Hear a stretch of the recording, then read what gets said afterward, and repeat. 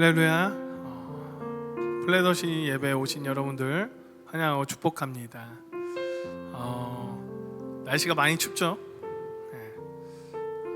많이 추워서 그런지 너무 좀 이렇게 자리들이, 예배 자리들이 비어 있어서 조금 마음은 조금 불편하게 또 시작하는 것 같습니다. 하지만 또 이렇게 또 영상으로 또 함께 하시는 또 우리 예배자분들께서 또 이 시간을 정말 소중하게 또 간절하게 여긴다라는 것을 믿고 있습니다.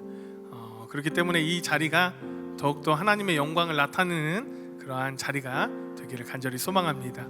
우리 이 시간 함께 좀 기도하면서 이 시간을 좀 열었으면 좋겠습니다.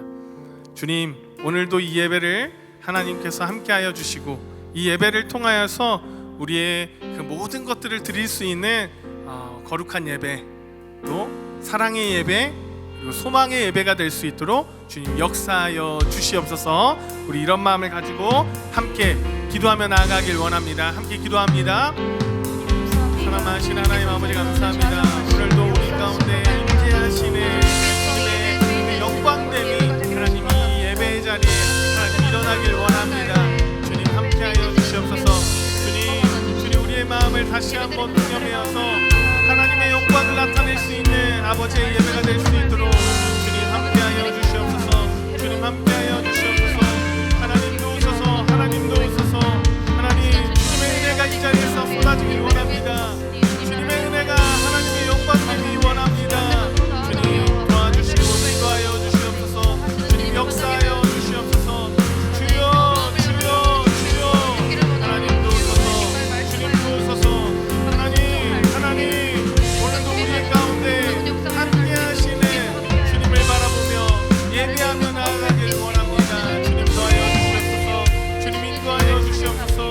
하나님 우리의 부족함과 우리의 연약함 다 내려놓고 하나님을 예배하고 하나님을 찬양하고 하나님을 기도하며 나아갈 수 있는 하나님 그러한 우리의 마음을 하나님 허락하여 주시고 역사하여 주시옵소서.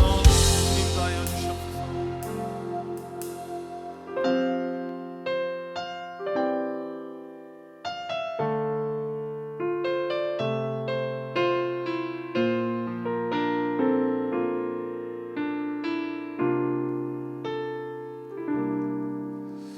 주 나의 모습 보네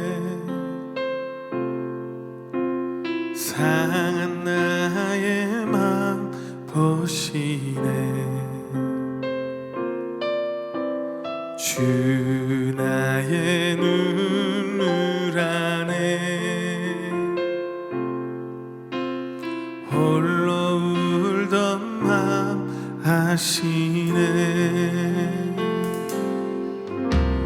주 나의 모습 보네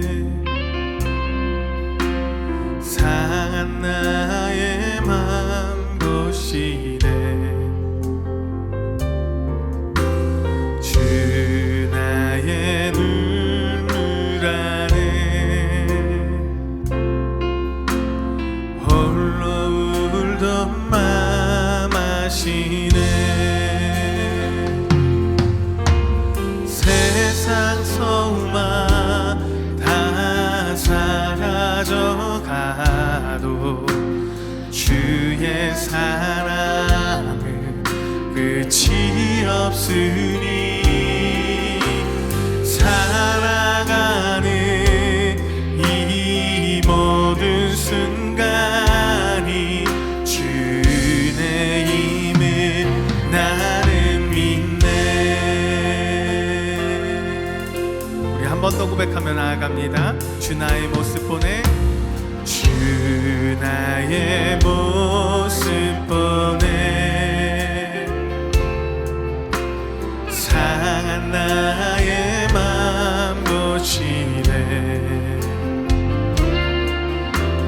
주 나의 눈물 안에 홀로 울던 맘 우리 목소리 높여서 주 사랑 내게 있네 주 사랑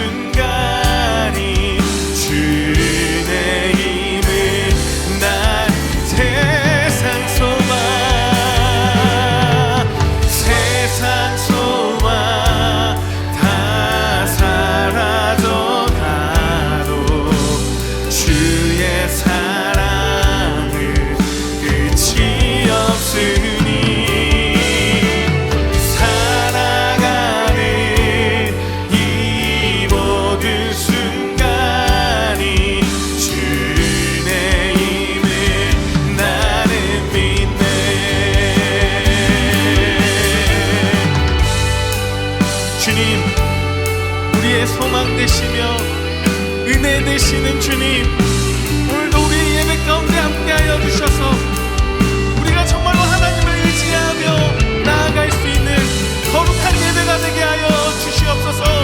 아멘. 우리 이런 마음을 가지고 다시 한번 이 찬양을 고백하며 나아갑니다. 세상 소망, 세상 소망 다 사라져 가도 주의 사랑은 끝이 없으니 살아가는 이 모든 순간이 주의 힘을 우리 한 번 더. 세상 소망, 세상 소망 다 사라져 가도 주의 사랑은 끝이 없으니 살아가는 이 모든 순간이 주의 힘을 나는 우리의 목소리로만 세상 소망, 세상 소망 다 사라져 가도 주의 사랑은 끝이 없으니 살아가는 이 모든 순간이 주의 힘을 나는 믿네. 세상 소망이 살아가도 우리의 소망 되신 주님을 찬양하며 예배하며 나아갈 것입니다. 할렐루야. 우리 주님께 영광의 박수 올려드립니다. 할렐루야.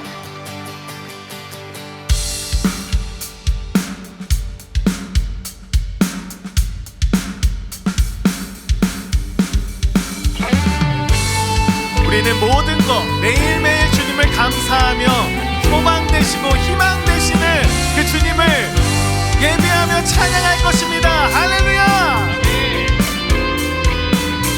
감사드리세, 감사드리세 우리 주께 크신 사랑 베푸셨네. 찬양드리세 어린 양께 영원히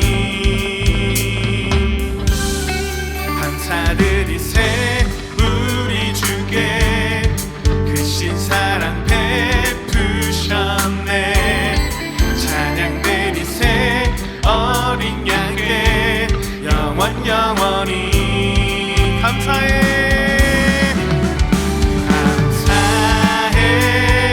고통과 눈물 없는 곳 열어주시니 감사해.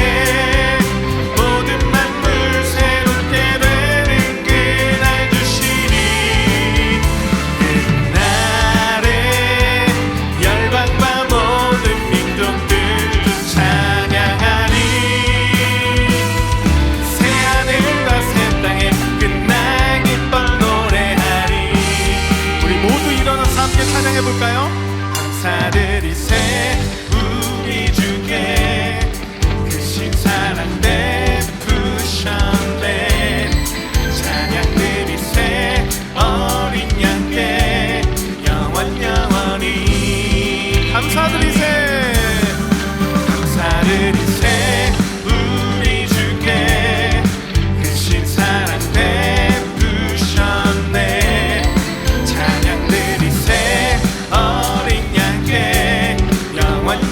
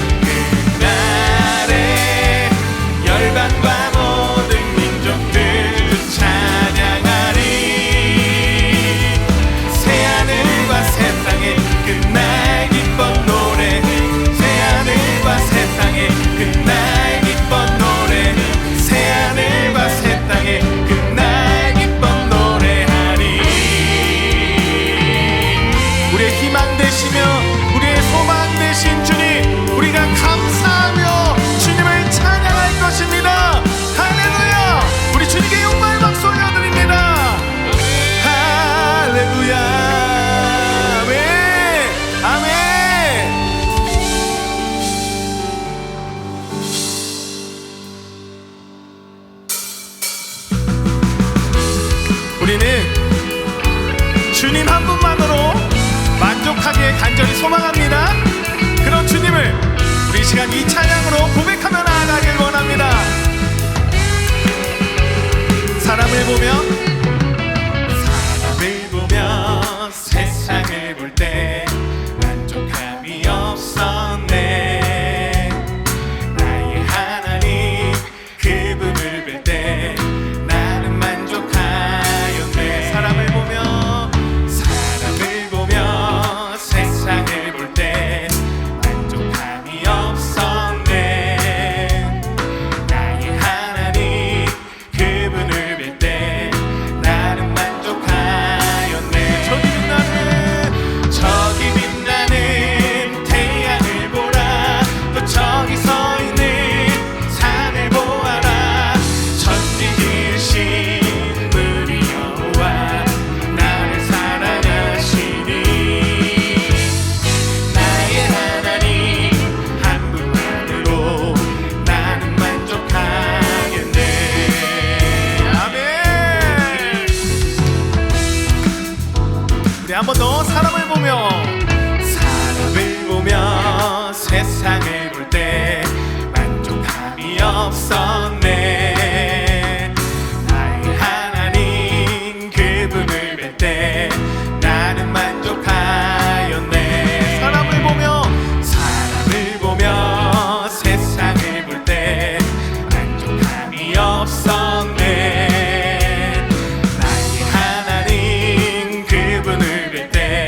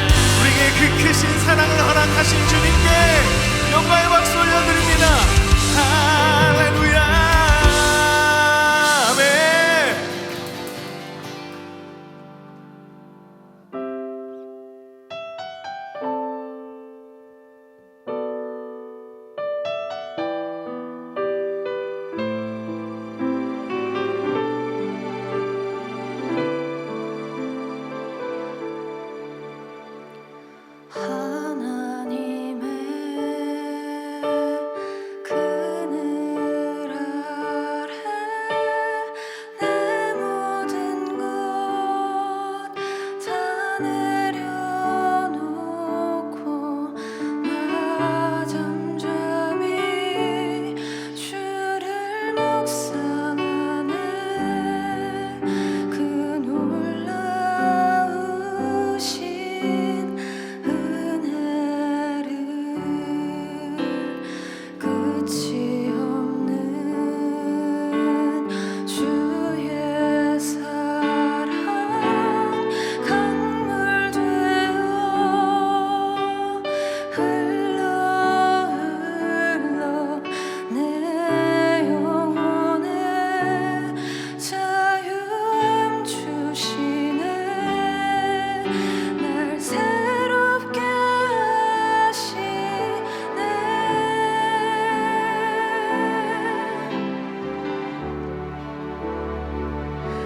하나님 사랑 그 사랑 날 자유케 하네. 하나님 사랑 그 사랑 날 회복해 하네. 함께 고백합니다. 하나님의 그늘 아래 내 모든 것 다 내려놓고 나 잠잠히 주를 묵상하네. 그 놀라우신 은혜를 끝이 없는 주의 사랑 강물 되어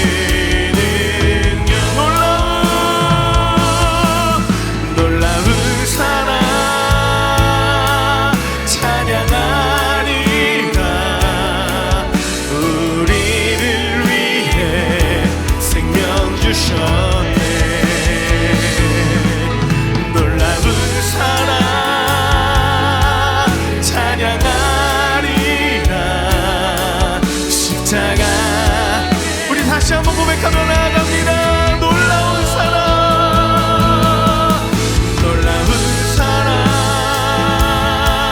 찬양하. 주님, 그렇습니다. 주님의 사랑은 우리를 자유케 하고 회복케 하시며 우리를 찬양하게 하고 또 십자가의 그 능력이 우리의 삶 가운데 나타나게 합니다.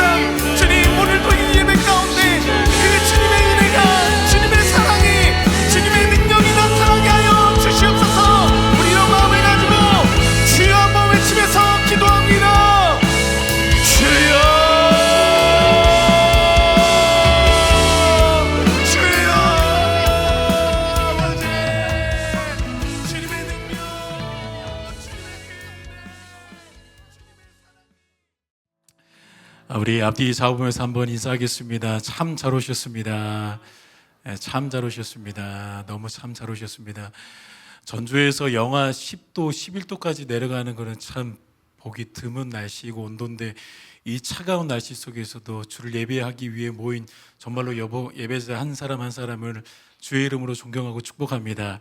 오늘 그 하나님의 인도하심 가운데 귀한 선하신 그 하나님의 손길이 있게 될 줄로 믿습니다. 하나님의 말씀은 마태복음 6장 31절에서 34절까지 너무나도 우리가 잘 아는 말씀이죠. 하지만 가볍게 우리가 또 읽지 않고 정말로 진지한 마음으로 베레아 성도들처럼 이 말씀을 한 절씩 한 절씩 좀 묵상하면서 읽어 내려가도록 하겠습니다. 우리 31절부터 함께 합독하도록 하겠습니다. 시작. 그러므로 염려하여 이르기를 무엇을 먹을까, 무엇을 마실까, 무엇을 입을까 하지 말라. 이는 다 이방인들이 구하는 것이라. 너희 하늘 아버지께서 이 모든 것이 너희에게 있어야 할 줄을 아시느니라. 그런즉 너희는 먼저 그의 나라와 그의 의를 구하라. 그리하면 이 모든 것을 너희에게 더하시리라. 그러므로 내일 일을 위하여 염려하지 말라.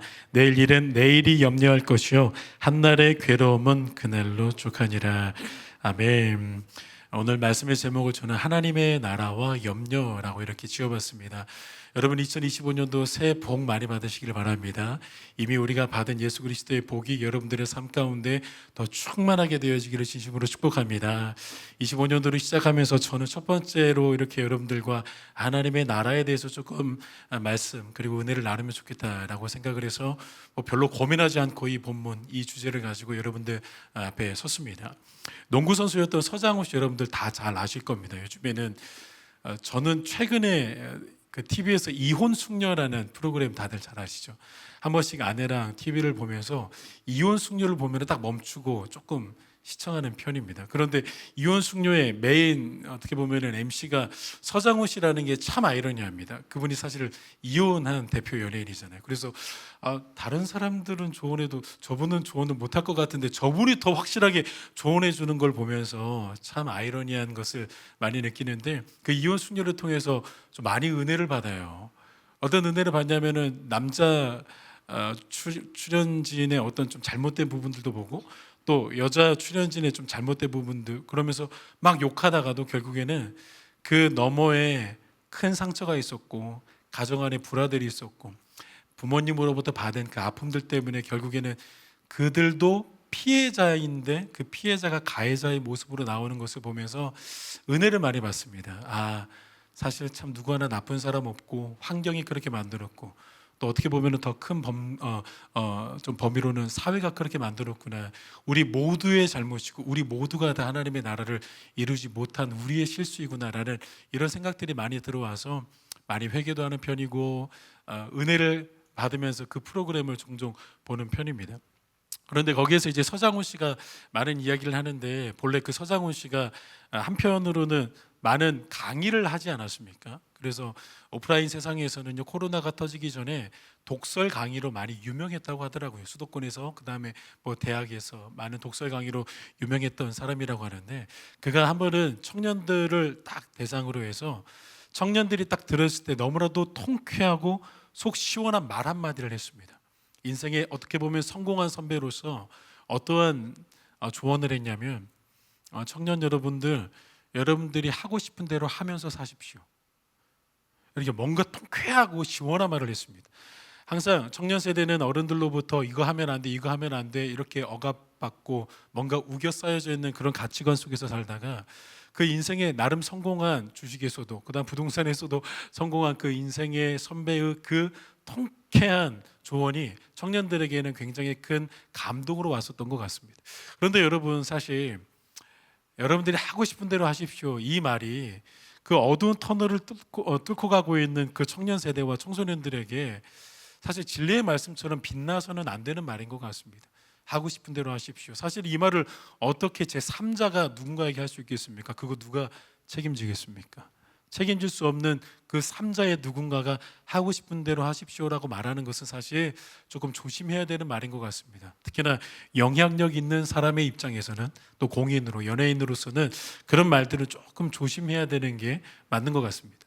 그런데 우리 기독교 사회에서요, 굉장히 영향력 있는 사람 중에 과거에 이 서장훈 씨가 했던 말과 굉장히 비슷하고 흡사한 말을 한 영향력 있는 인물이 한 명 있었습니다.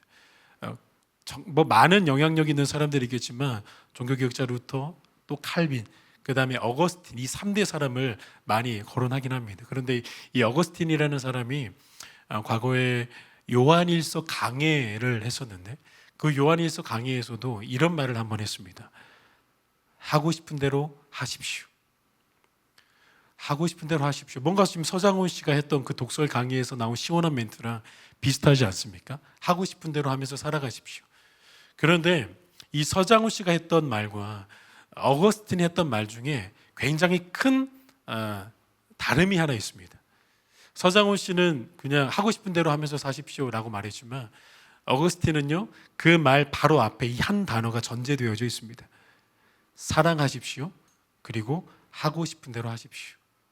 이 사랑하라라는 이 단어가 사실 굉장히 큰 다름을 가지고 오는 겁니다. 사랑하는 사람은요, 어거스틴 입장에서는 그 사랑이 안전한 방어막 그리고 방파제가 되기 때문에 그 사람은 하고 싶은 대로 해도 괜찮다라는 겁니다. 하나님을 사랑하는 사람, 그리고 하나님 안에서 이웃을, 가족을 사랑하는 사람은 그 사랑이 이끌어가는 대로 마음껏 하고 싶은 대로 하라라는 말입니다. 그러니까 이렇게 사랑으로 충만한 사람은요, 오히려 하고 싶은 대로 해야 사회가 유익하고 가정이 유익합니다. 막 사랑이 어디론가로 이끌어 가는데 이거 하면 안 되지, 이러면 오히려 사회와 가정이 병들어지는 겁니다. 사랑이 충만하잖아요. 그러면 그 사랑의 충만함으로 나오는 열정들이 있는데, 그 열정들은 정말로 하고 싶은 대로 놔둬야 됩니다. 그러면 그 안에서 굉장히 큰 열매들이 일어나게 되는 겁니다. 그러니까 세상과 기독교의 엄밀한 차이가 바로 여기 있는 것 같습니다. 세상에서는요, 우선순위를 자기 자신에게 둡니다. 신은 죽었다라고 말하고 다녔던 철학자 니체 아시죠? 그 니체가 굉장히 불쾌한 소리 하나를 남겼습니다. 네가 네 삶의 주인이 되어라. 정말로 죄인다운 죄인의 멘트를 날렸습니다. 정신 나간 소리를 냈죠. 네가 네 삶의 주인이 되어라. 실제로 이 사람은 정신병원에 실려갔습니다. 그리고 자신의 인생 말년을 병적인 상태로 보내다가 허무하게 죽었습니다. 자신의 삶의 주인이 자신이었을 때에 어떠한 삶으로 치닫게 되는지 굉장히 고화질로, 그리고 입체적으로 스스로가 보여준 꼴이 되어져 버린 겁니다. 물론 다 그렇지는 않겠지만 철학자들 중에 굉장히 염세적인 철학자들이 꽤 많이 있지 않습니까? 긍정적이었던 사람인데 철학을 공부하고 그 지식이 자기를 파괴하면서 염세적으로 변하는 철학자들이 꽤 많이 있었던 걸로 제가 알고 있습니다. 그런데 그 염세적으로 빠져나가는 그 철학자들은 마지막에, 대부분 그렇진 않지만요, 그 중에 몇 명은요, 생을 자살로 마무리하는 철학자들이 많이 있었다고 합니다. 왜냐하면은 그 철학자들이 생각했을 때 이 땅에 존재하는 모든 사람들은요, 자기가 원해서 태어난 사람이 있나요, 없나요? 여러분, 혹시 여러분들이 나 한번 태어나 볼까, 출생해 볼까, 이렇게 그냥 손 들고 저요 하면서 출생한 사람이 있습니까, 없습니까? 없어요. 누구나가 다 외부로부터 어떤 강력한 힘에 의하여서 수동적으로 태어나게 된 겁니다. 근데 이 탄생만 그런 게 아니라 죽음도 여러분 한번 생각해 보세요. 죽음도 내가 원해서 죽는 사람은 없습니다. 운명론적으로 이 죽음이라는 것을 우리는 마주하는 그런 존재인 거죠. 그래서 누군가 이렇게 말했죠. 죽기 위해 태어난다고. 태어나는 순간부터 죽음을 향해 걸어가기 때문에 과연 인생은 살기 위한 인생인가 죽기 위한 인생인가가 고민이라고 말할 정도로 죽음은 우리를 비껴가지 않습니다. 모든 인류 역사상에 한 명만 빼고 다 죽음을 마주했습니다. 그런데 그 철학자들이 생각했을 때 뭐 죽음과 탄생뿐만 아니라 먹는 거 입는 것도 내가 원해서 먹지는 않는다는 거예요. 배고프니까 먹을 수밖에 없는 이런 유한적인 존재. 그리고 입지 않으면 추우니까, 입지 않으면 부끄럽고 수치스러우니까 입을 수밖에 없는 이런 것들. 그러니까 인생을 쫙 스캔해 보니까 내가 원하는 대로 내가 선택하고 싶어서 선택한 게 하나도 없더라는 거예요. 철학자들이 생각했을 때. 그래서 그 철학자들에게 죽음이라는 것은 어떤 개념이냐면, 자살한 사람들은 그 죽음이라는 것을 어떻게 해석하냐면, 죽음이 나를 찾아오기 전에 내가 죽음을 선택하겠다라고 해서 자살을 합니다. 그래서 그렇게 자살하는 사람들에게 죽음이라는 것은요, 이 땅에 태어나서 유일하게 내 스스로가 선택한 어떤 통치의 개념으로 봅니다. 그래서 그들은 뭔가 그 자살이 고귀한 영역으로 되어져 있어요. 굉장히 무섭죠. 그래서 결국에 이것도 보면은, 이 자살이라는 것도 보면 결국에 통치자의 자리에서 내가 무엇인가를 통치하고 싶어하는 죄의 욕망을 그대로 그리고 여실히 보여주고 있는 모습이나 다름이 없다는 겁니다. 세상은 끊임없이 자기 자신이 주인이 되라고 하고 자기 자신이 먼저라고 합니다. 하지만 복음은 우리에게 모호하게 말하지 않고 분명하게 말씀을 합니다. 언제나 우선순위는 하나님 나라라고 가르쳐주고 있는 겁니다. 그리고 하나님이 모든 것에 먼저가 되신다라고 말씀하고 있는 겁니다. 오늘 너무나도 잘 알려져 있는 하나님의 나라에 대해서 유명하게 우리가 알고 있는 본문입니다. 오늘 33절을 제가 읽어드리면, 그런즉 너희는 먼저 그의 나라와 그의 의를 구하라. 그리하면 이 모든 것을 너희에게 더하시리라. 먼저 그의 나라와 그의 의를 구하라. 여러분 모두가 이 말씀에 순결하게 순종하고 싶어 하실 거라고 저는 알고 있어요. 저도 기도하면서 하나님 정말로 저의 어떠한 옵션들 구하는 게 아니라, 저의 인간의 욕망이 끌어가는 대로 기도하는 것이 아니라, 정말로 주님께서 그렇게 기도의 모습과 기도의 내용을 알려주신 대로 하나님의 나라를 구하고 싶고 주님의 의를 구하고 그 의를 나타내는 삶을 살기를 원합니다. 이 마음의 소원이 성령께서 함께하고 계시는 우리 모두에게 있는 줄로 믿습니다.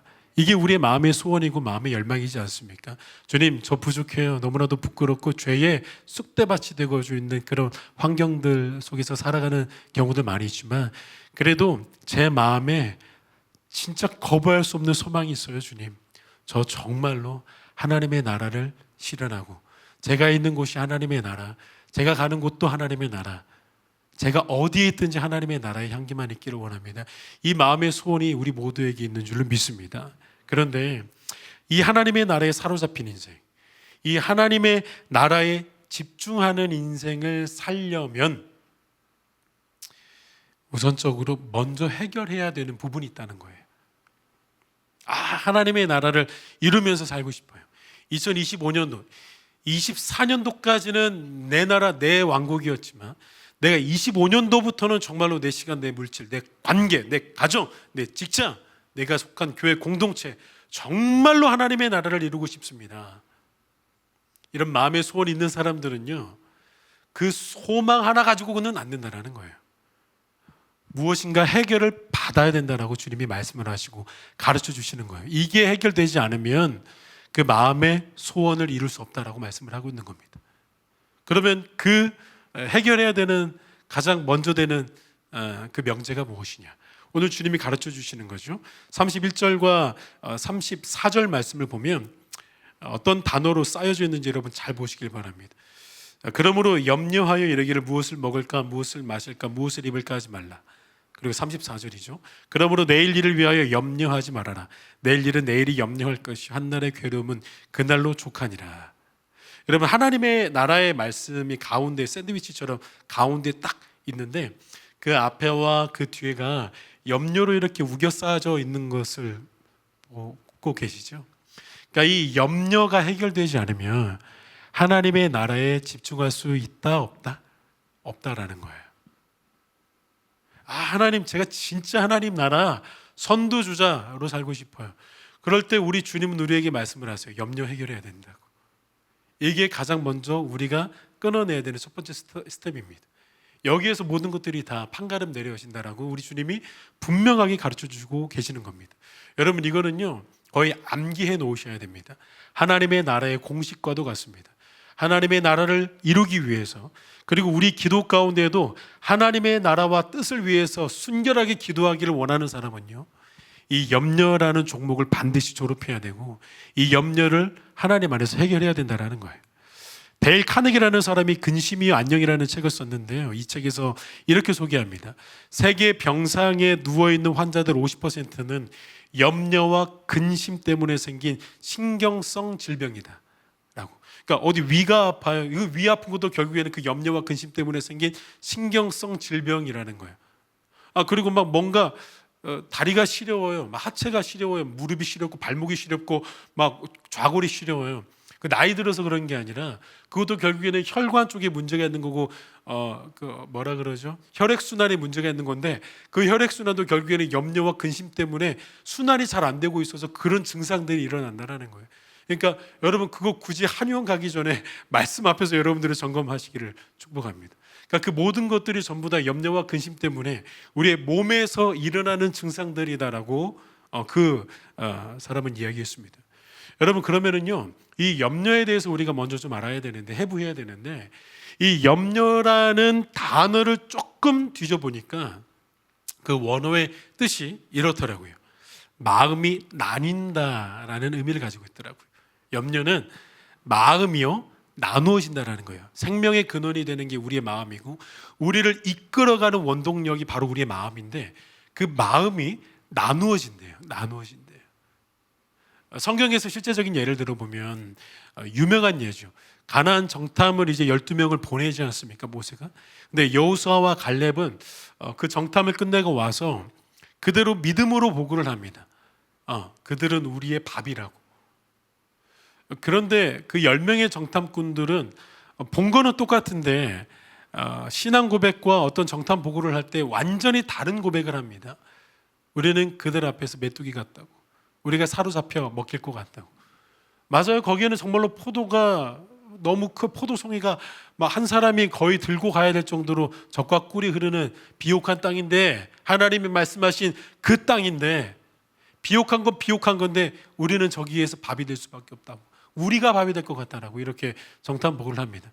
그렇게 정탐보고를 하니까 이스라엘 백성들 삶 가운데, 그리고 지성 가운데 정확하게 나누어지게 됩니다. 마음이 나누어지게 돼요. 의견들도 나누어지게 되고 생각들도 나누어지게 됩니다. 돌지 않았던 지성이 이제 풀로 돌기 시작합니다. 이 생각, 한 번도 하지 않았던 생각들, 이 생각 저 생각, 내 자녀 걱정하고 내 육신 걱정하고 내가 가지고 있는 이 재산들을 어떻게 잃어버릴까 생각하고, 그러니까 한 번도 생각하지 않았던 것들이 이 정탐보고에 나누어진 정탐보고로 들으니까요 막 생각나기 시작합니다. 여러분, 이게 염려라는 거예요. 나누어진다는 겁니다. 그러면 결정적으로 이 염려가 찾아오게 되면 어떤 피해가 생기냐면, 이스라엘 백성들이 그대로 보여줬던 것처럼 염려가 오면 여러분 꼭 기억하시기 바랍니다. 집중하지 못해요. 뭔가 커다란 방점을 하나님이 찍어 놓으셨어요. 그리고 우리는 그것만 보면 돼요. 마치 안과에 가서 시력을 딱 검사할 때 의사가, 선생님이 딱 찍어주는 그것만 보면 되는데, 다른 것들을 막 보기 시작한단 말이에요. 그래서 집중을 못합니다. 염려가 가지고 오는 가장 큰 피해가 바로 이겁니다. 집중을 못하게 합니다. 예수님은요, 하나님의 나라를 위해서 우리를 부르셨어요. 우리를 먼저 구원하셨단 말입니다.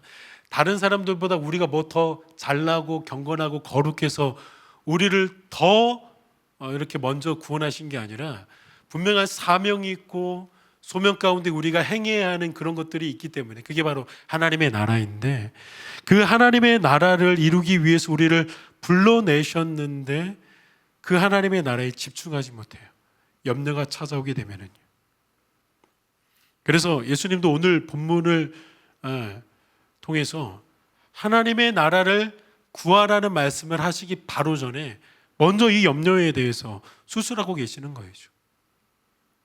제가 20년 전에 군대 입대했을 때가 생각이 나는데 강원도 인제군 서화면 소아리 이사단 633 부대라고 혹시 그 부대 나오신 분이 계시면 이따가 예배 끝나고 저한테 한번 언급해 주시면 따뜻하게 인사드리도록 하겠습니다.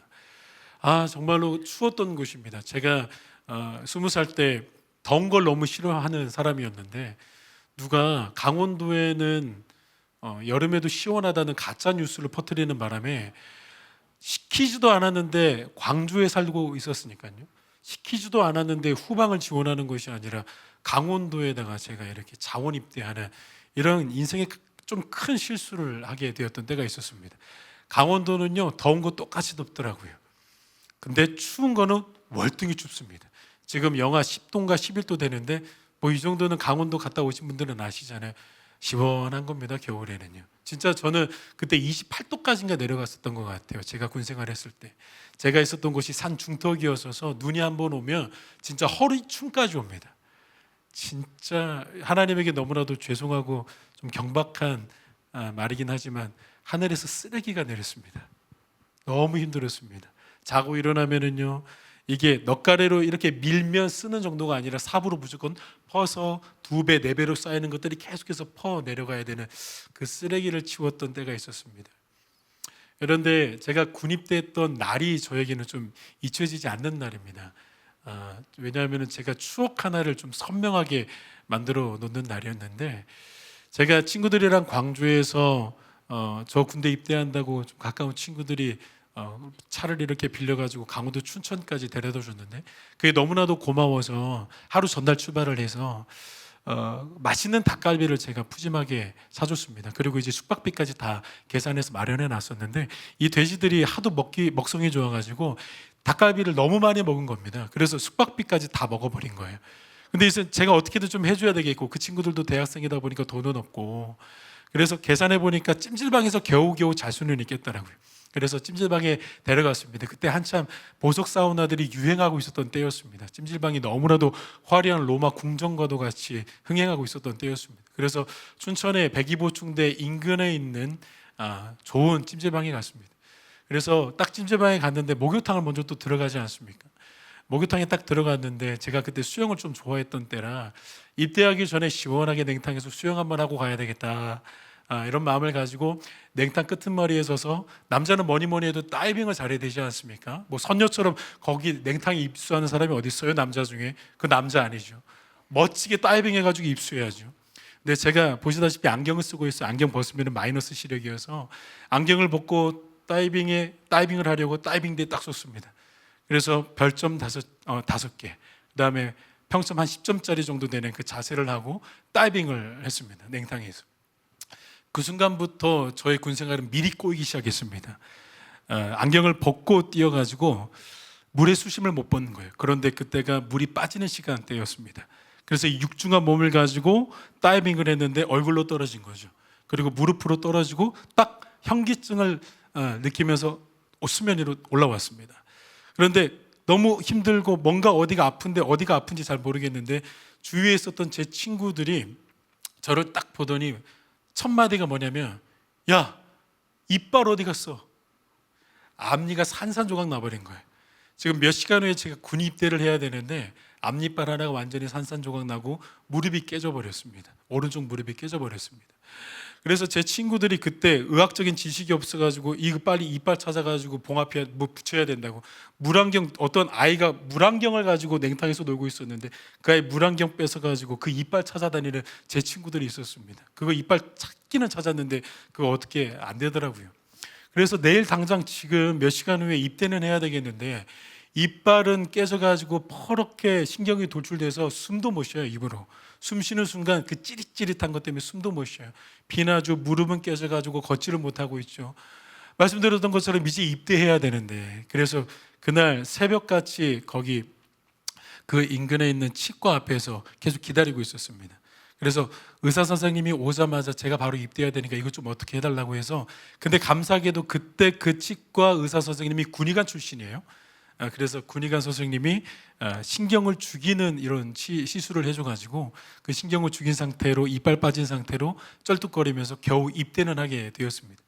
그리고 나서 일병 정기 휴가를 한 9박 10일 정도 한 7개월, 8개월 후에 나오는데 그 일병 정기 휴가 나와서 겨우 이빨을 심고 부대에 복귀했습니다. 그러니까 한 7개월, 8개월 동안에 저는 한 번도 이빨을 보이면서 웃어본 적이 없어요. 누군가가 저를 크게 웃기더라도 저는 이렇게 웃었습니다. 헌병에 착출이 되었는데 진짜 실화예요.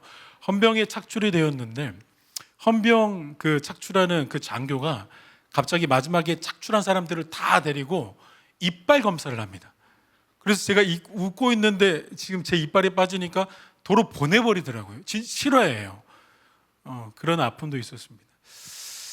그렇게 이제 배기보충돼 이빨 빠진 상태로 쩔뚝쩔뚝거리면서 입소를 했습니다. 그런데 거기 가보신 분들은 아실 거예요. 그 연병장에 장교들이 쫙 있고 이제 조교들이 같이 있습니다.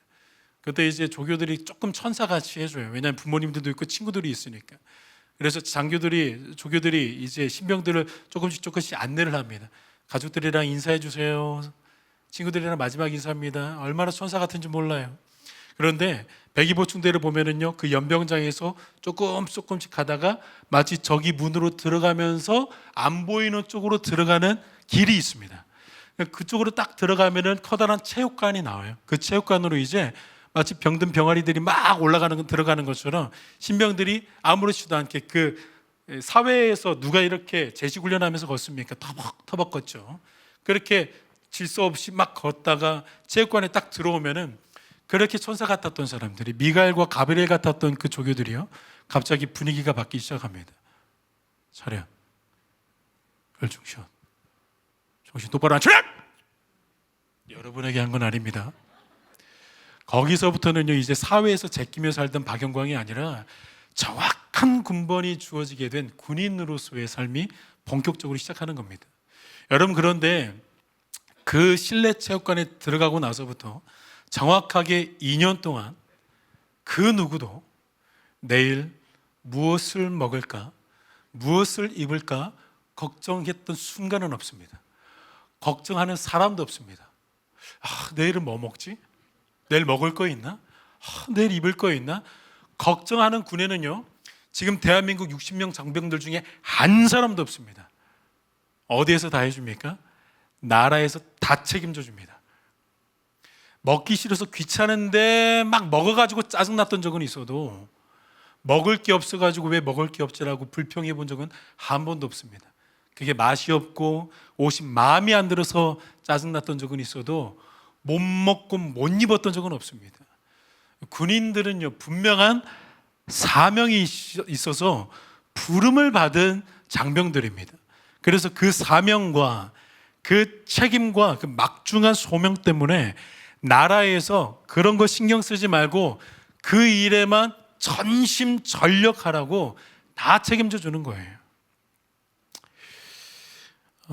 하나님이 이스라엘 백성들을 이제 구원하시면서 이스라엘 백성들을 향하여서 여호와의 군대더라라고 말씀을 하신 것은요, 절대로 가벼운 정체성을 나타내는 말씀이 아니에요. 그리고 사도 바울도 디모데에게 말할 때 어떤 복무한다라는 이 군대 용어를 쓰고 병사라는 군사 용어를 쓴 것은요, 어떤 그냥 음미하고자 하는 단어가 아니에요. 우리의 정체성이고 우리가 지금 무슨 싸움을 하고 있는지를 분명하게 나타내 보여주고 있는 말씀입니다. 그래서 교회는, 그리고 성도는요, 보기 좋은 유람선을 타고 다니는 사람들이 아니라 지금도 여전히 전투하는 교회로서 무적함대, 전투함대를 타고 다니는 병사들이고 군인들이라는 겁니다. 그래서 그렇게 하나님의 나라를 위하여서 부름을 받았기 때문에 이제 누가 책임져 주시는 겁니까? 하나님이 책임져 주시는 겁니다.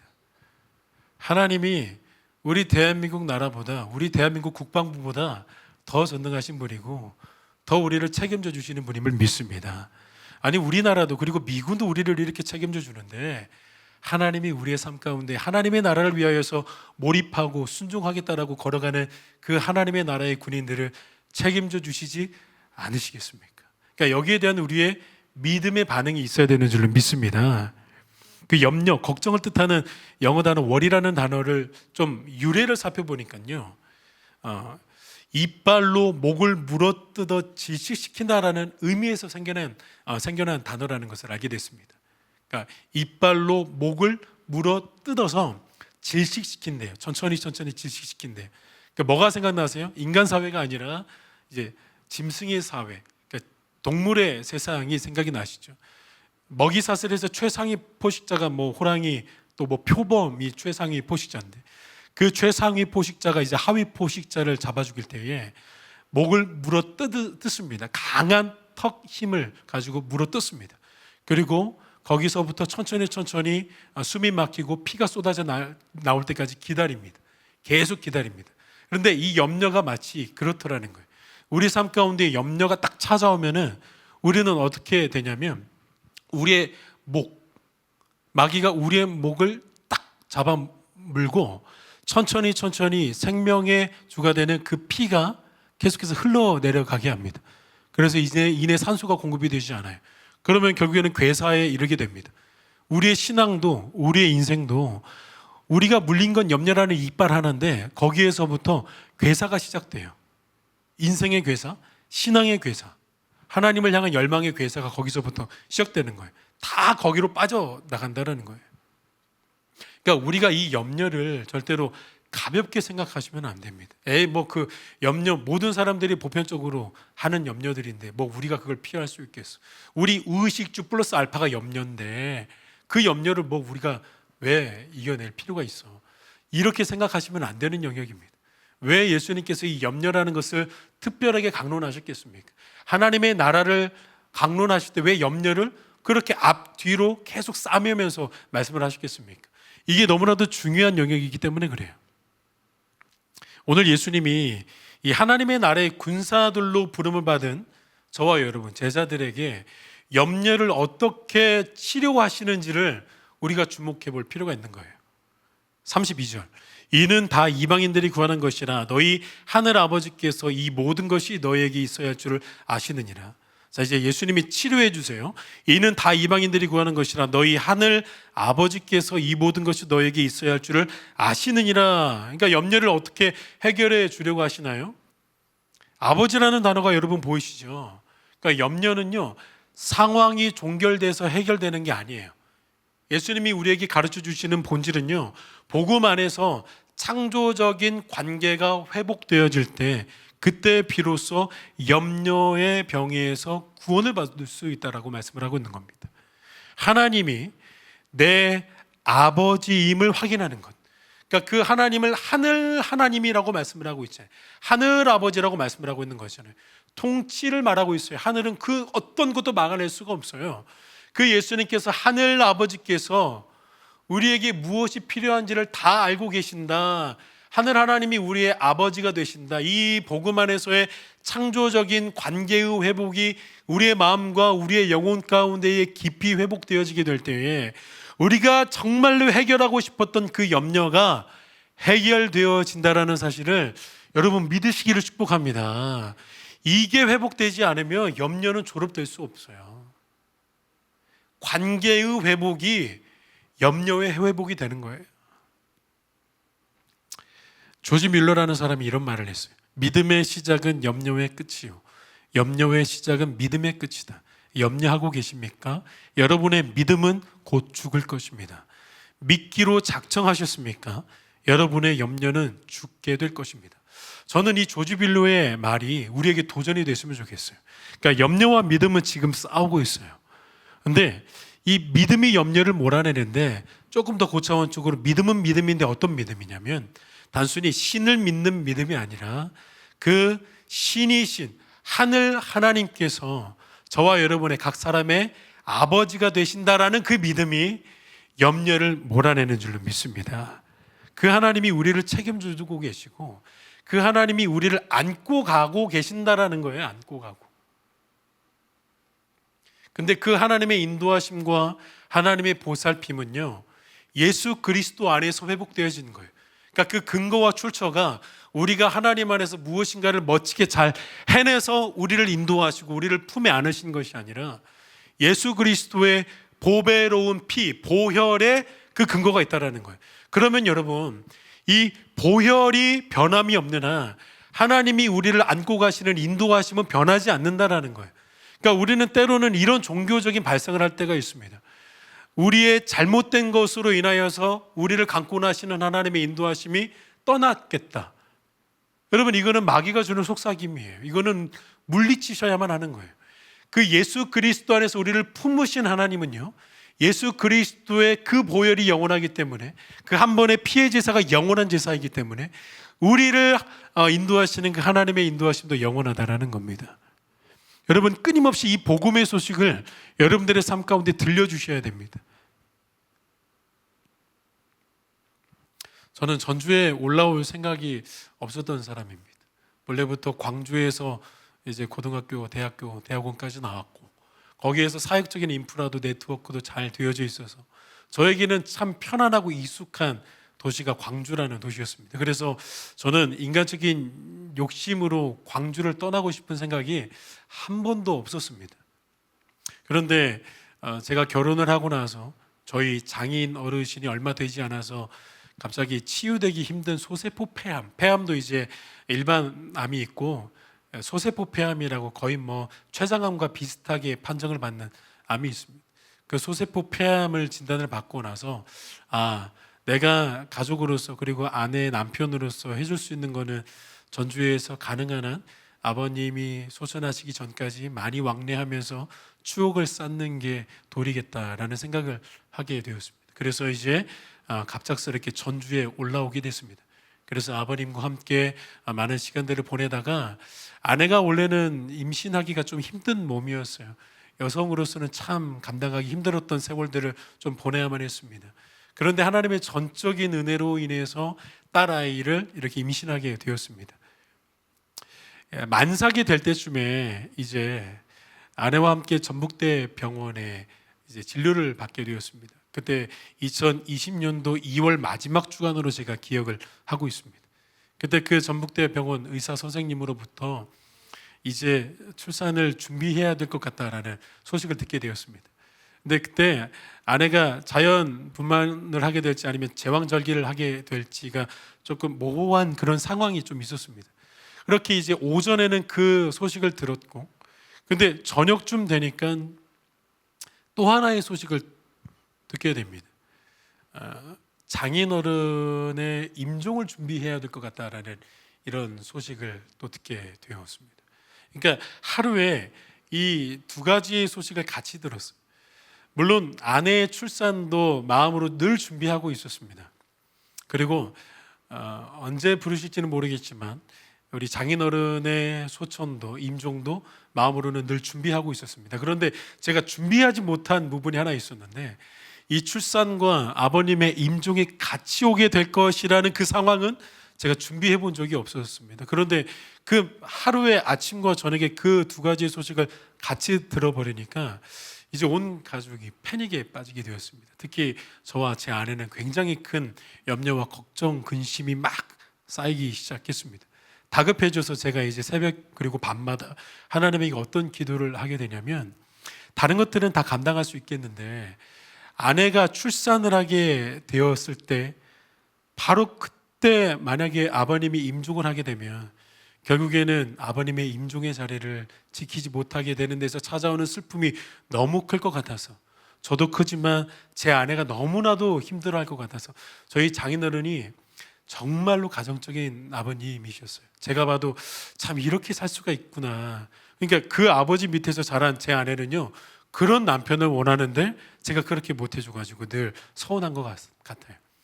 그만큼 아버님이 가정적인 아버님이셨고, 그 아버님의 임종을 늘 딸로서 지키고 싶어하는 당연히 인간적인 마음이 있었는데, 이게 지켜지지 않을 것 같아서 큰 걱정이 되어지는 거예요.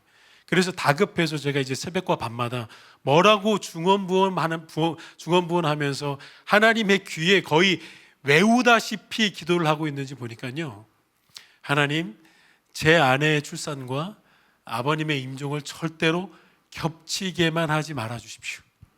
마음의 소원을 담아서 제발 겹치게만 하지 말아 주십시오. 이거를 이방인처럼 구하고 있더라고요. 이방인처럼 구한다는 건 이제 중언부언한다는 건데요, 중언부언한다는 건요 다른 게 아니에요. 했던 말 또 하고 또 하고 또 하고, 했던 말 또 하고 또 하고 또 하고. 갈멜산에서 엘리야 반대편에 있었던 바알 선지자와 아사랴 선지자가 계속해서 똑같은 말을 반복합니다. 그게 이방인의 기도예요. 왜냐하면 그들의 의식 세계 안에서는요, 내가 이 말을 어떤 병이 있으면 가득 채워야 신이 들어준다라는 그런 기도의 관이 있었거든요. 그래서 이방인들처럼 제가 그렇게 구하는 거예요.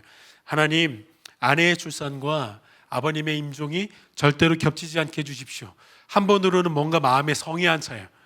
계속해서 종교적으로 계속해서 채우고 있는, 새벽에도 점심에도 저녁에도 주님 제발 그것만 피하게 해주십시오. 감당하기 힘들 것 같습니다. 그렇게 중언부언하고 있는 저의 모습을 제가 보게 되었습니다. 그런데 아무리 이렇게 마치 3000배를 하는 것처럼 3000번을 하나님 앞에 암송하듯이 외워도 제 마음에 평강이 없는 겁니다. 이 정도 채워졌으면 평강이 좀 임하면서 이 정도 됐으니까 하나님이 나의 기도에 응답하시겠지, 이런 마음이 들만도 한데 평강이 없고 평안이 없어요. 점점 더 두려워집니다. 마치 머피의 법칙처럼 다른 일은 안 일어나도 꼭 그 일, 내가 기도한 그 일만큼은 내가 원하는 그 반대편으로 이루어질 것 같은 그 두려움이 엄습하는 겁니다. 평강이 없는 겁니다. 그런데 그 불안함 속에서 갑자기 저에게 마치 다메섹 도상에서 예수님이 빛으로 사도 바울을 만나 주었던 것처럼 제 안에 그 말씀 하나가 빛처럼 탁 떠오르는 임재를 제가 한번 경험해요. 만약에 그 말씀이 없었다면 저는 그 누구보다 이방인의 기도에 세계 신기록을 이렇게 갈아치울 정도로 더 이방인처럼 구했을 겁니다. 그 말씀이 저에게 없었다면. 그 말씀은 빌립보서 4장 말씀입니다. 아무것도 염려하지 말고 다만 모든 일에 기도와 간구로 너희 구할 것을 감사함으로 하나님께 아뢰라.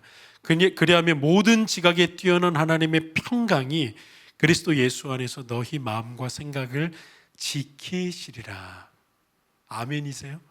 이 말씀이 정말로 빛과 같이 제 지성과 제 마음과 제 내면 가운데 꽉 채워지면서 이 말씀을 생각하고 또 생각하고 또 묵상하고 과연 이 말씀은 왜 있었을까? 이 말씀은 또 나에게 왜 갑자기 생각나는 것일까?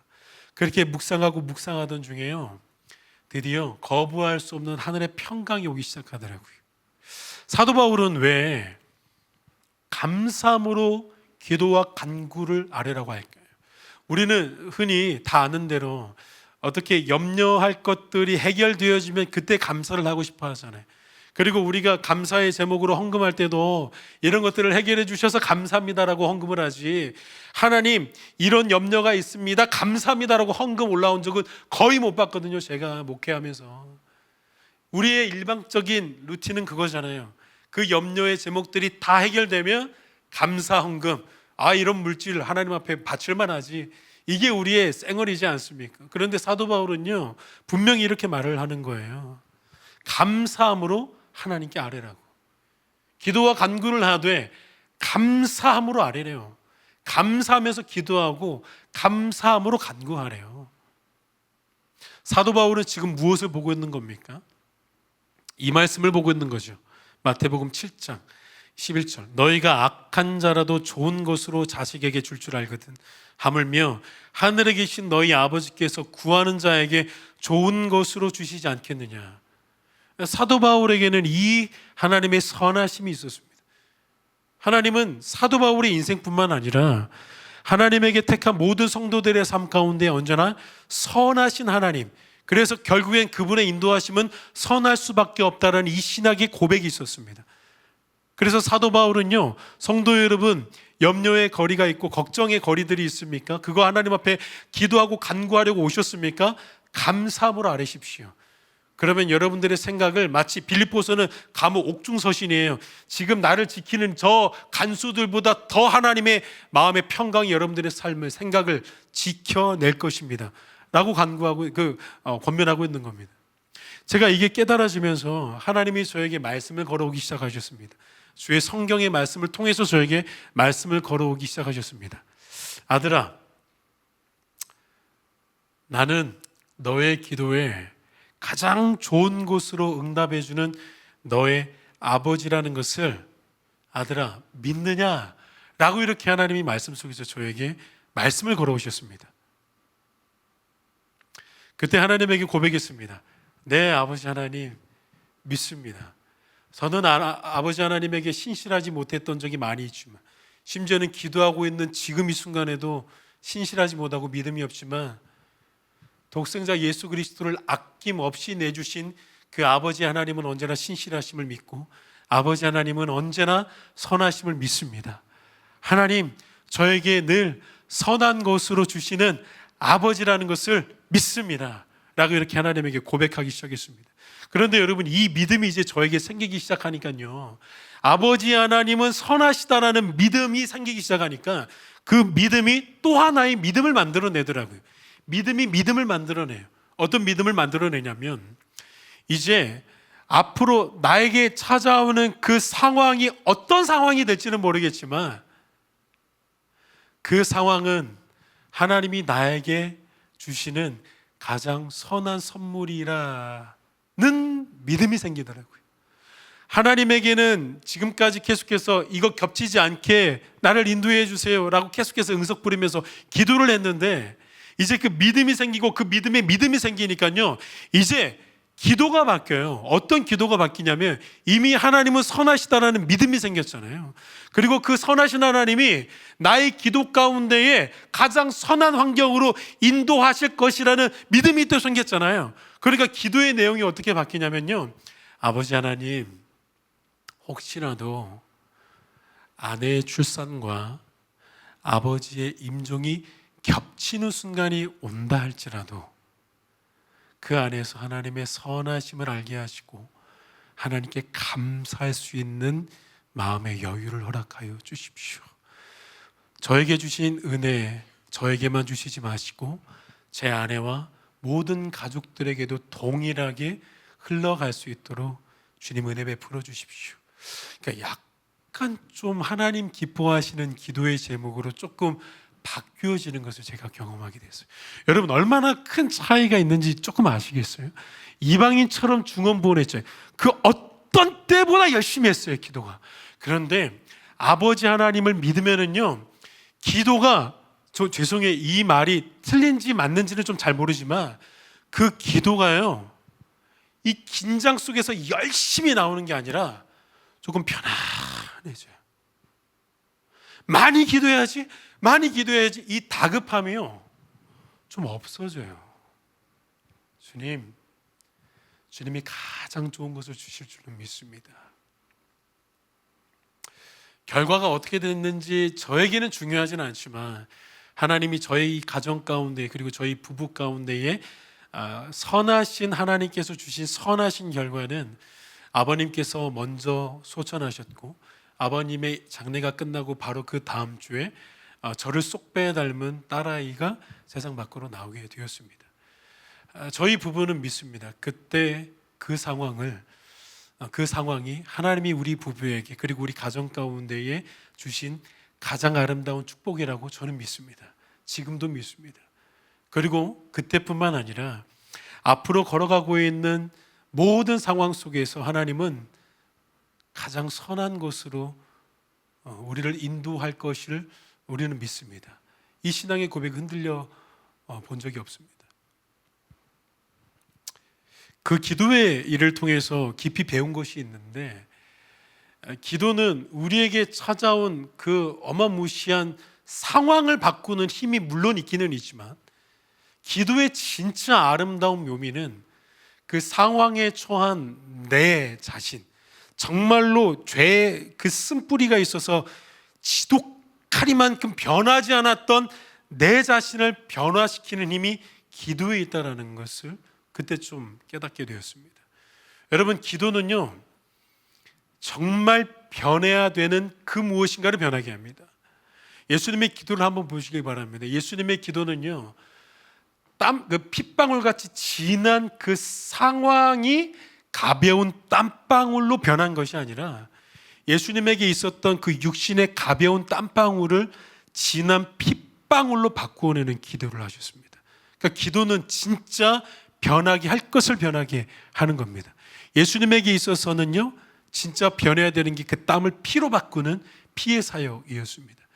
기도를 깊이 하시는 분들은 많이 경험해 보셨을 겁니다. 기도를 깊이 하다 보면요, 내가 하고 있었던 기도가 바뀌어지는 것들을 경험하게 되는 겁니다.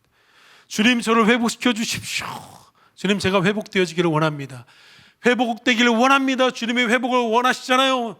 그렇게 회복을 계속해서 기도하다가 그 회복을 향한 갈망의 기도가 깊어지고 깊어지면요, 어느샌가 무엇을 하고 있냐면, 기도가 깊어지면 회복을 간구하고 있는 것이 아니라 회개를 하고 있어요. 하나님이 어디로 인도하시냐면 회개의 자리로 막 인도하세요. 그렇게 하나님 안에서 죄를 회복하잖아요. 그러면 그 회개를 통해서 회복이 일어나게 되는 겁니다. 그러니까 하나님은 기도가 깊어지면 깊어질수록 그 깊은 기도의 차원 속으로 우리를 변화시켜 가신다라는 거예요. 여러분, 저는요, 이 부분을 여러분들이 혹시 궁금해 하시는 분들도 있을 것 같은데, 저는 요즘에 하나님의 음성을 듣는 법, 정말 하나님의 뜻을 겸손하게 좀 잘 알아차리는 그런 마음의 욕심이 있습니다. 그래서 책도 그 부분에 대해서 많이 찾고 또 성경 안에서도 많이 연구하고 있는 부분이 있는데, 다른 건 정확하게는 다 모르겠지만, 야, 이게 진짜 하나님의 임재구나, 이건 분명한 하나님의 뜻이구나, 하나님, 이건 진짜 거부할 수 없는 하나님의 음성이고 하나님의 함께 하심이구나, 여러분, 그거를 정확하게 알 수 있는 게 뭔지 아세요? 회개예요, 회개. 베드로도 그랬고 이사야 선지자도 그랬고, 주님의 음성이 들려오는 모든 곳에서는요, 회개가 먼저 일어나요. 화로다 나야 망하게 되었도다. 주님의 음성이 들리니까요, 그 고백이 이사야 선지자를 통해서 먼저 나옵니다. 그러면서 이제 숯불에 된 그게 입술에 닿으니까 정결하게 되어지는 것. 베드로도 주의 임재를 경험하게 되니까 주여 나를 떠나소서. 뭐가 일어나냐면 회개가 일어난다니까요. 그러니까 여러분들의 삶 가운데에서, 야, 이게 진짜 하나님의 임재 맞나? 이거 그냥 내 무의식적으로 내 안에서 나타나는 어떠한 사적인 감정들 아니야? 이거 진짜 하나님이 주시는 성령의 임재야? 이게 혹시라도 헷갈리시거든. 그 안에 자복하는 심령이 있고 회개의 심령이 있다면 그거는 여러분 무조건 성령의 임재입니다. 하나님이 그것을 통해서 지금 무엇인가를 말씀하고 계세요. 그때는요, 여러분 좀 시간을 많이 내셔야 돼요. 자주 찾아오지 않는 하나님의 임재이기 때문에, 특별한 임재이기 때문에 끊임없이 그 회개의 깊은 곳으로 나아가야 돼요. 근데 야, 이거 진짜 하나님의 폭발적인 임재 같은데 회개도 없어요. 나 하나님을 너무나도 뜨겁게 찬양해요. 막 청소년들 수련회 현장이나 청년들 집회 현장 가면은 누가 보면 지금 당장 나가면은 저기 북한에 뚫고 갈 것 같아요. 진짜 공산주의 다 몰아낼 것 같아요. 대한민국 여당 야당 지금 박터지게 싸우는 거 그들이 가면은 전부 다 종결될 것 같아요. 세상에 나가서 예수 믿는 사람들 다 끌고 올 것 같아요. 청년들 찬양하는 것만 보면요, 죄 하나도 안 질 것 같은데, 그들이 세상 한복판에 딱 나가면은요, 언제 자기가 하나님을 찬양했는지 완전한 교만과 자아추구와 음란함에 빠져 있는 모습을 그대로 본단 말이에요. 그건 하나님의 임재가 아닐 수가 있어요. 여러분, 정말로 잘 묵상하셔야 돼요. 제가 요즘에도 제가 좀 시간적인 여유가 조금 많이 있어서 요즘에 어떤 생각도 하고 있냐면, 하나님, 요즘 청소년들과 청년들이 도대체 어디서부터 어긋난 것입니까? 그 어떤 때보다도 화려한 찬양의 소리들과 너무나도 그 우렁찬 설교자들이 아름답고 또 웃기고 재미나고 감동적으로 연설하고 설교를 하는데 왜 변화가 없습니까? 변화가 어디서부터 도대체 잘못된 겁니까? 하나님, 어디서부터 우리가 다시 시작해야 됩니까? 여러분, 그 정답은 언제나 회개더라고요. 회개. 그러니까 회개가 없는 예배의 역사, 예배 현장, 회개가 없는 집회는요, 사실 정말로 우리가 잘 가고 있는가 돌아봐야 됩니다. 회개가 이루어나지 않는 저와 같은 설교자들은 정말로 진짜 설교를 잘하고 있는 건가? 나침반이 지금 삐뚤어지거나 뭔가 기준이 흔들리진 않았는가? 저와 같은 목사들은 사실 돌아봐야 됩니다. 깊은 회개가 깊은 회복을 만들기 때문에 그렇습니다. 그래서 그 기도의 세계에서 하나님은 끊임없이 우리를 회개케 하시는 거예요. 우리를 변화시키는 겁니다. 선하신 하나님이기 때문에 그렇습니다. 출애굽 당시에 이스라엘 백성들을 하나님은 쉬운 길로 인도하실 수 있으셨지만 쉬운 길로 인도하지 않고 이제 광야 길로 돌아가게 하셨어요. 일부러 하나님은 돌아가게 하셨어요. 출애굽기 13장 17절 다른 번역 성경으로 보면요, 바로는 마침내 이스라엘 백성을 내보냈다. 그러나 그들이 블레셋 사람의 땅을 거쳐서 가는 것이 가장 가까운데도 하나님은 백성을 그 길로 인도하지 않으셨다. 그것은 하나님이 이 백성이 전쟁을 하게 되면 마음을 바꾸어서 애굽으로 되돌아갈 것이라고 생각하셨기 때문이었다. 그러니까 하나님은 지금 이스라엘 백성들을 분명히 지금 쉽고 가까운 길이 버젓이 있는데도 불구하고 그 길로 인도하세요, 안 하세요? 인도하지 않으세요. 하나님은 미련하게 돌고 돌리신단 말입니다. 우회시키신단 말입니다. 그런데 이스라엘 백성들은 잘 몰랐어요, 하나님의 그 선하심을. 그런데 모세와 하나님은 알고 계시죠. 그 하나님의 선하신 이유가 있더라는 겁니다. 하나님, 나 내 인생, 내 사역에 그게 아우토반처럼 딱 이렇게 갈 수 있는데 왜 하나님은 나를 지체하게 하시고 왜 나를 이쪽으로 돌게 하세요? 왜 하나님 나 재수시키셨어요? 왜 하나님은 나를 한번 꿀리게 하셨어요? 제가 대학교 4학년 때 한 과목 빼고 올 F를 받은 적이 있어요. 그래서 1년을 꿇었어요. 그러니까 멍청해서 그런 건 아니고 그때 제가 서울에 자살을 하는 친구가 있었어요. 계속 자살 시도하는 친구가, 저 가까운 친구, 저한테 눈 빼주라면 눈 빼줄 친구가 있었는데 실명 거론하면 하승수라고 아주 저를 힘들게 했던 제 절친이 있는데 그 친구가 아버지가 자살을 했어요. 그래서 가정의 그 힘든 것들을 자기가 다 빚부터 해가지고 떠안고 살았던 그 때문에 정서적으로 완전히 파탄이 되어졌습니다. 이 친구는요, 서울대생도 이 친구한테 변론을 못해요. 그만큼 박학다식한 친구거든요. 그러니까 저도 이 친구한테 복음을 논리적으로 설명할 기대 자체를 하지 않습니다. 시도 자체를 하지 않습니다. 근데 그렇게 친한 친구가 자살을 시도하는 우울증에 이제 빠지게 된 거예요. 그래서 얘가 그냥 하루 건너뛰고 하루 계속해서 자살하는 거예요. 그래서 그 친구의 여동생과 어머님이 제가 이제 저를 의지할 수밖에 없으니까 저에게, 광주에 있는 저에게 계속해서 전화해요. 그럼 제가 12시에 전화 받고 그 새벽에 서울을 가서 그 친구를 방에서 끄집어 놓는단 말이에요. 그리고 그 다음 날에 이제 학교 가려고 오면은 그 다음 날에 또 그래요. 그래서 계속해서 왔다 갔다 하고, 얘가 나를 피하려고 저를 피하려고 어디까지 도망갔냐면 브라질 아마존으로 가더라고요. 영광이 때문에 자살을 못 하겠다고. 근데 그 브라질 아마존까지 갔다가 그래도 자살은 못하고 국내에 돌아와서 지금은 또 교회를 다니기는 해요. 근데 진짜 하나님의 인도하심이 조금 제 안에 답답한 게, 제가 정말로 싫어하는 교단이 하나 있어요. 이건 진짜 예수 믿는 교단이 아니라고 생각하는 교단 하나가 있어요. 동성애를 완전 찬성하고 퀴어 문화 축제를 하고 있으면 거기서 하나님의 축복을 선고해 주는 정말로 싫어하는 교파와 교단이 있는데, 거기 가서 하나님을 만났다고 해버리니까 제가 좀 답답한 거죠. 개 때문에 F를 많이 맞아가지고 제가 낙제돼서 1년을 꿇었어요. 그런데 그 1년을 꿇어가지고 누구를 만나냐면 지금의 아내를 만났습니다. 그러니까 모르겠어요. 저 개인적인 적용이지만 그때 꿇지 않았으면 지금의 아내를 만나지 못했죠. 그 아내는 정말로 큰 축복을 받은 거예요. 왜 웃으시는 거죠, 여러분? 그래서 그 하나님의 선하심들이 있어 왔다라고 저는 믿음의 고백을 하고 있습니다. 여러분들의 삶 가운데도 분명히 하나님 왜 이렇게 제 삶 가운데 지체되는 게 있고, 저는 여기서 왜 걸려 넘어져서 다른 사람들은 직진하고 있을 때, 다른 사람들은 열심히 전진하고 있을 때 왜 저는 그렇게 실패를 경험해야만 합니까? 왜 그 답답한 세월들, 누가 봐도 이거는 유익하지 않은 세월들이 저에게 있었습니까? 하나님은 그 신의 한 수가 있더라는 거죠. 근데 그 신의 한 수의 DNA를 보니까 하나님의 선하심의 DNA가 있더라는 거예요. 또 출애굽한 이스라엘 백성들이 이제 40년 동안 광야에서 교회로서 성장하고 나서 가나안 땅에 딱 들어가요. 이제 가나안 땅을 점령하는데, 제가 이스라엘 백성들이라면요, 이제 성령 충만해졌잖아요. 하나님의 임재하심 40년 동안 많이 느꼈잖아요. 물론 거기에서 하나님 속 뒤집어지는 사건들 많이 했지만, 이제 여호수아 딱 만나가지고 가나안 정탐 이제 다 점령하기 직전에 왔어요. 하나님께 이렇게 기도할 수도 있겠죠. 하나님, 뭐 이 땅이 넓다고 한들 뭐 오래 걸릴 필요 있겠습니까? 애굽 땅도 막 10개의 재앙을 순식간에 내리면서 완전히 점령하셨던 것처럼 그때와 같이 가나안 땅도 하나님의 초자연적인 역사로 말미암아 단번에 점령할 수 있도록 역사하여 주시옵소서. 주여 삼성하고 기도하겠습니다.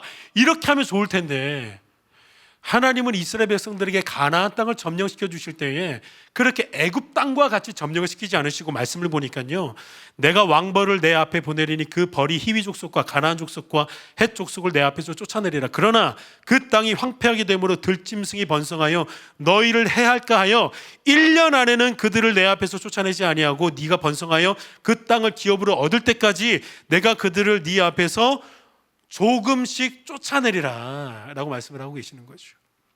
그러니까 여러분 보세요. 우리가 다 알지 못하는 부분까지 하나님은 계산하고 계신다는 거죠.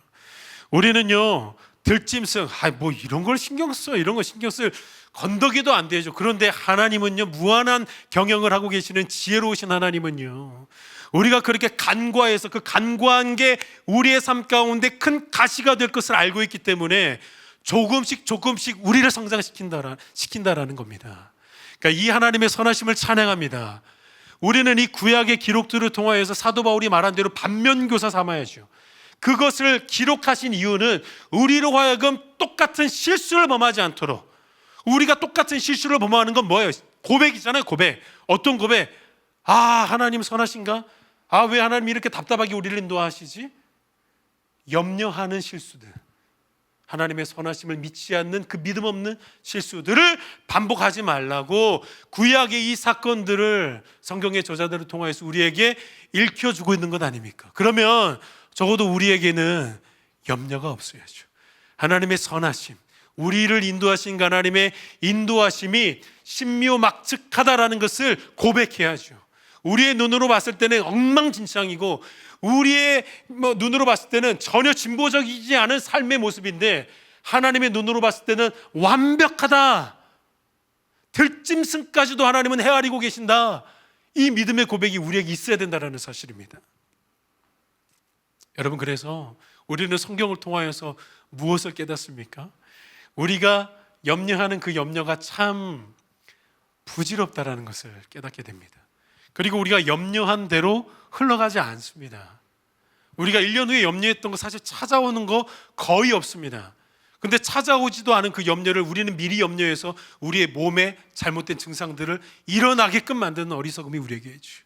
그 염려, 찾아오지도 않은 염려, 찾아오지도 않을 그 걱정거리들, 우리가 미리 걱정해서 스트레스 받아하고 날카롭게 변하고 신경질적으로 변해버리고, 그래서 주위에 있는 사람들 다 힘들어버리게 하고, 이게 우리의 연약한 생활이지 않습니까?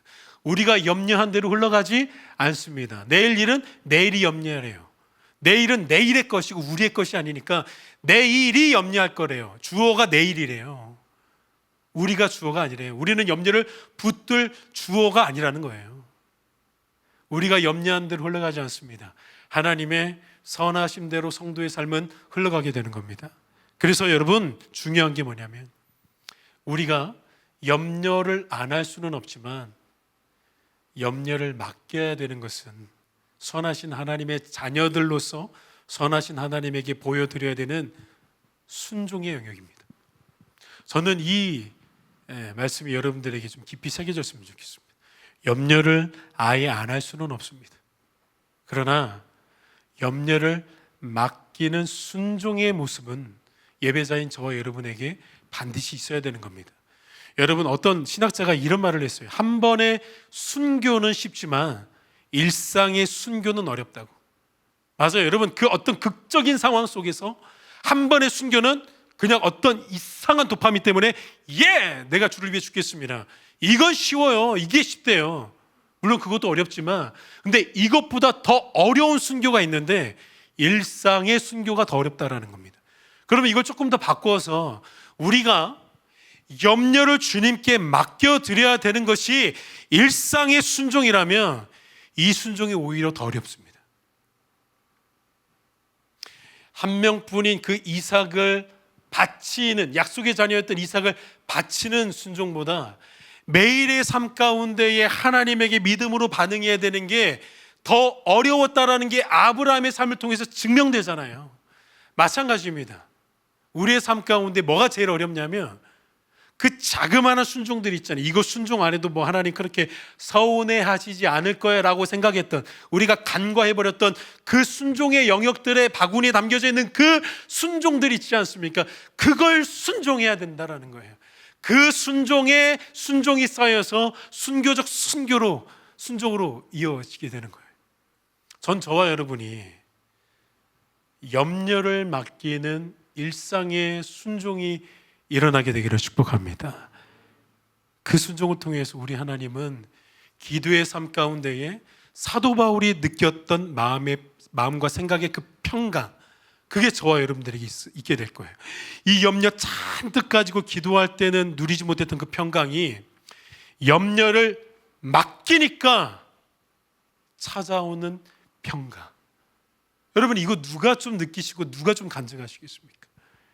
야, 이거 한번 맡겼더니 내 안에서 하늘의 간증이 나오는구나. 맡긴다라는 게 여러분 뭔지 아세요? 제가 목사님 죄송합니다. 제가 한번 좀 모션을 한번 취하겠습니다. 잠도 좀 깨실게요. 맡긴다라는 게 뭐냐면요, 목사님 죄송합니다. 꼭 잘 받아주셔야 됩니다. 하나님의 입장이라고 생각하시고, 맡긴다라는 거 여러분 꼭 기억하십시오. 이 모션을 기억하십시오. 맡깁니다. 제가 하나님이 아니시기 때문에 실수가 있을 수도 있어요. 여러분, 맡긴다라는 게 바로 이거예요. 맡긴다는 건요, 제 안에 있었던 그런 것들을 정말로 던지는 거예요. 던지는 거. 믿음으로 주님 받아주십시오. 던진다고요. 아무도 없는 곳에다가 방치하는 고려장하는 게 아니라 창조주 되시는 하나님에게 던진다라는 거예요. 그러면은요, 그 염려거리가 하나님의 손에 들어가잖아요. 그 염려거리가 창조의 작품으로 바뀌어버립니다. 홍해는 이스라엘 백성들에게 염려거리였어요. 그런데 하나님이 모세에게 팔을 내밀어라, 지팡이를 내밀어라 라고 말씀을 하시잖아요. 결국엔 그거는 기도하는 거죠. 하나님 앞에서 순종함으로 모세가 팔을 내밀고 밤새도록 동풍이 불더니 이스라엘 백성들과 모세의 눈에 하나님의 작품이 그려져요. 그 염려거리였던 홍해가 작품이 되어져 가지고 갈라지는 은혜를 보게 된다는 겁니다. 초대교회 역사 가운데 사도 바울은 늘 염려거리였어요. 회심하기 전에 그 사울이었던 바울은 염려거리였어요.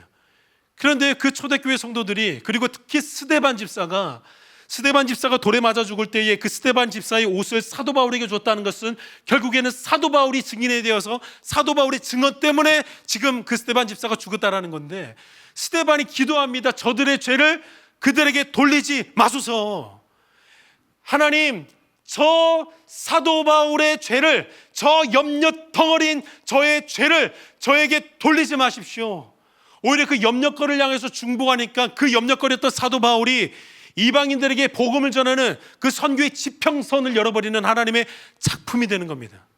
그 스데반의 중보의 기도를 통하여서 사도 바울은 작품이 되는 거예요. 그래서 지금 바로 그 스데반의 죽음과 함께 사도 바울의 회심의 장면이 사도행전 8장 9장부터 이어지는 거예요.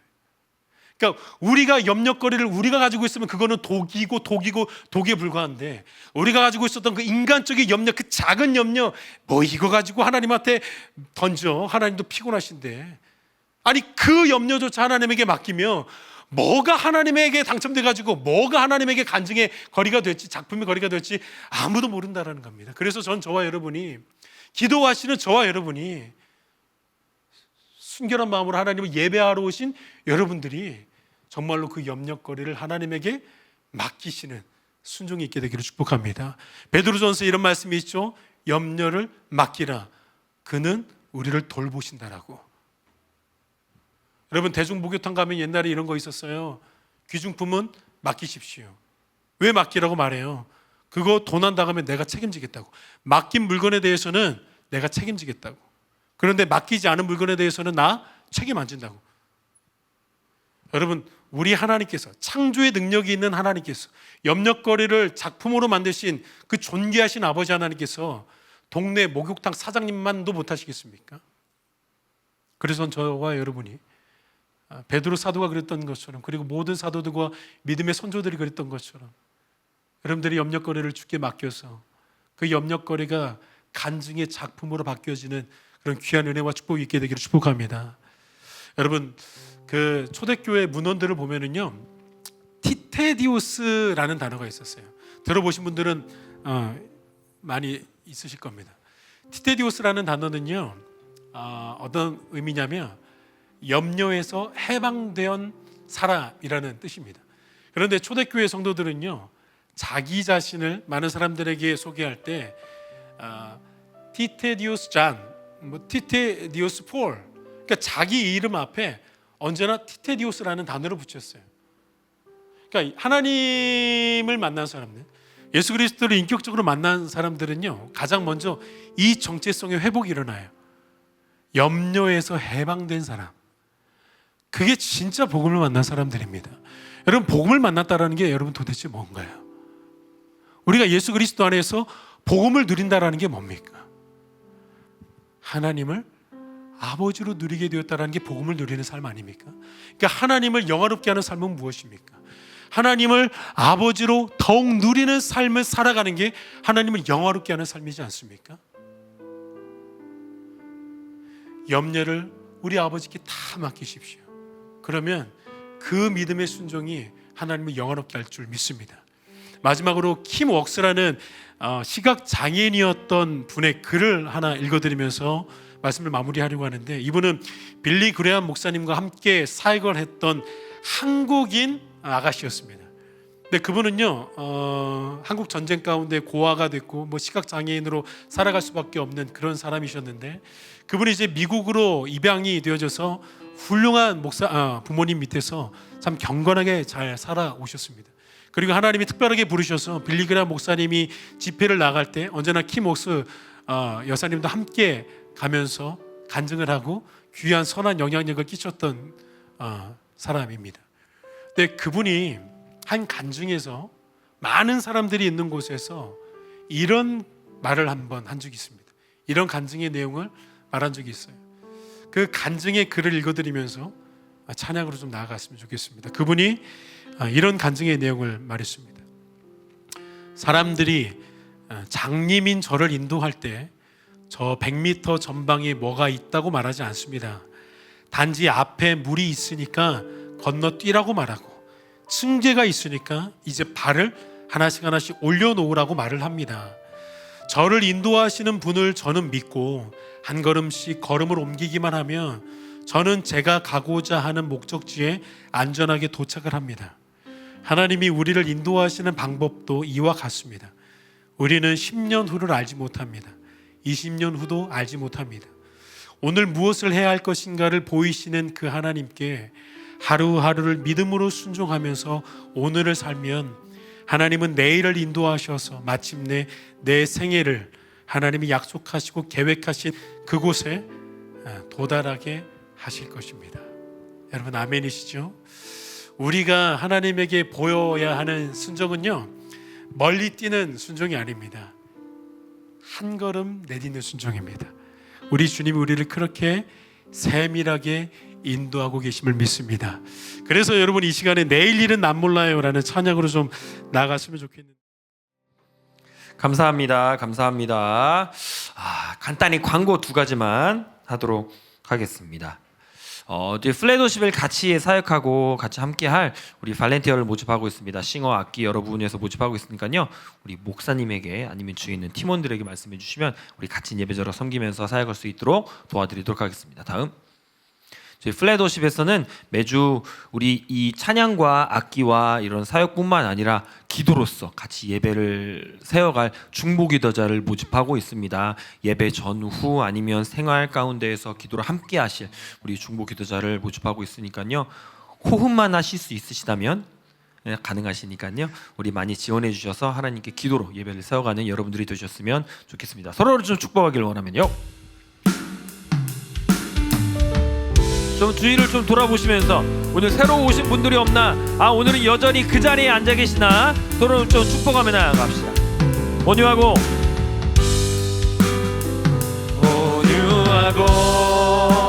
성실하신 주님이 당신을 사랑합니다. 감기 조심하십시오. 아름답고 한결같은 주님이 이 추운 날 가운데 오신 여러분들을 축복합니다. 다시 한번 온유하고 성실하신 주님이 당신을 사랑합니다. 아름답고 한결같은 주님이 당신을 축복합니다. 우리 주님께 영광의 박수 올려드립니다. 할렐루야. 우리 시간 모두 일어나서 마지막 찬양하고 세상 속으로 나아가길 원합니다.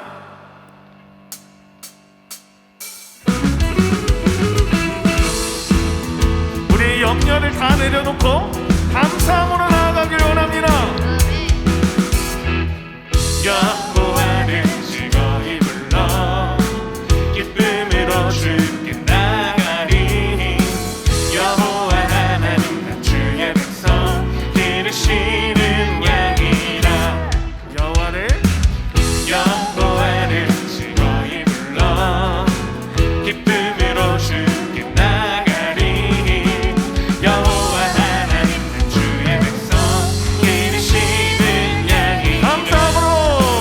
감사함으로 주를 높이며 그 문에 들어가서 찬송함으로 그 이름을 축할지어다. 여호와를 즐거이 불러 기쁨으로 주께 나가리. 여호와 하나님 주의 백성 기르시는 양이라. 여호와를 즐거이 불러 기쁨으로 주께 나가리. 여호와 하나님 주의 백성 기르시는 양. 감사함으로 주를 높이며 그 문에 들어가서 찬송함으로 그 이름을 축할지어다. 감사함으로 주를 높이며 그 문에 들어가서 찬송함으로 그 이름을 축할지어다.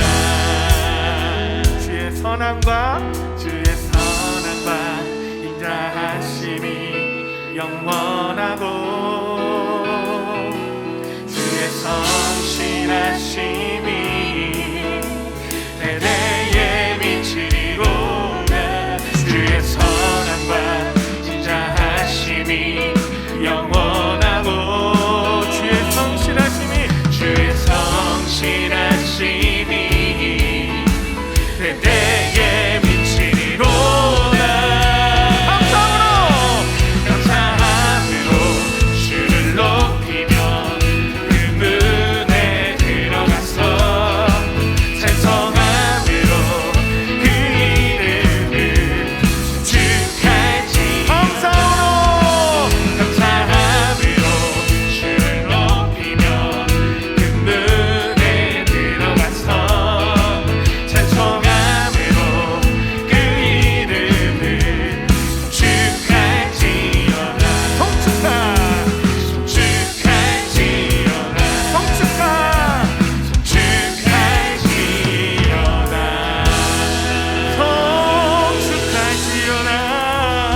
왜?